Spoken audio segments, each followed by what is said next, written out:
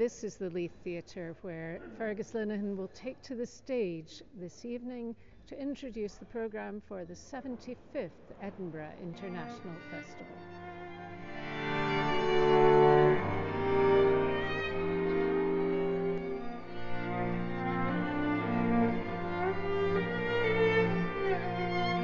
I think this year particularly, because we haven't taken to the stage to launch anything since 2019. We obviously had a terrific season last year, but we didn't actually come out in front of the public. So tonight, when these seats are filled, is going to be the first time I've actually stood up in front of a crowd in about 3 years. So yeah, I'm very nervous about tonight. And of course, this is a great place to launch the 75th Festival, because Leith Theatre, we very much hope over the next few years, is going to be even more reborn than you have made it. But you have used it a lot. We've used it a lot. I mean, I think that the Leith Theatre Trust are the ones that really have to take the credit. They've done some incredible things during the pandemic here as well for people in need.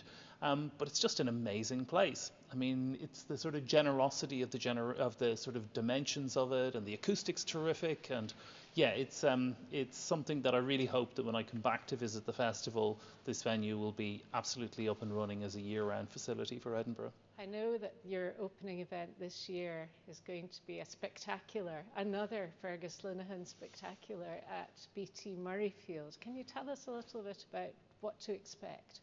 Yeah, well, since 2015, we've always tried to open the festival with something that's free for the people of Edinburgh, and we've tried to do it in unusual places. And we've always had our eye on Murrayfield because it's such an incredible stadium, and we've done things in music and various other things. So we wanted to do something in theatre, dance, physical theatre.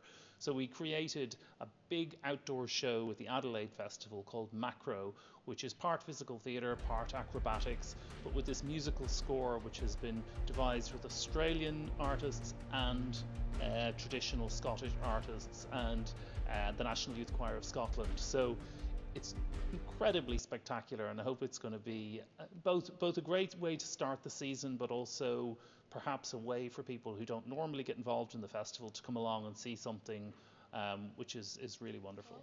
It's a really substantial festival, and big is obviously, it isn't necessarily more people necessarily, but it's internationally very, very widespread. So you've artists from Pakistan, from Australia, from Sri Lanka, from the US, from Rwanda, and I think coming back at the end of the pandemic, one of the big things is to get that sense of Edinburgh as a global centre again. Of course, one of the overarching themes this year is sustainability, and in the wake of COP26, it seems to be an important thread in the programme that you perhaps make more use of your artists when they're here.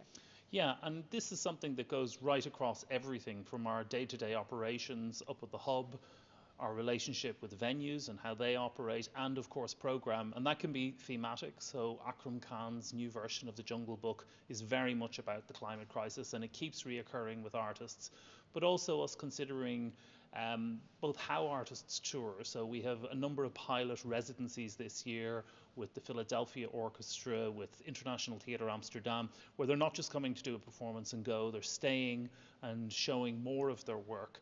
But also really investigating how companies are touring. I think the days of people flying in from a far distance and then going home straight away are over. We need to think about, if they are going to make the trip, how we can make the most of it, not just in Edinburgh, but also in the region, in Scotland and the UK. And I think I have to ask you about your own future. You've been here for what we think is a pretty wonderful 7 years. 8. 8 years. Yeah, I lost one in the middle. 8 years you did. 2020. And absolutely. And you've really put your own stamp on this. So Fergus, what do you do after this? How do you top this?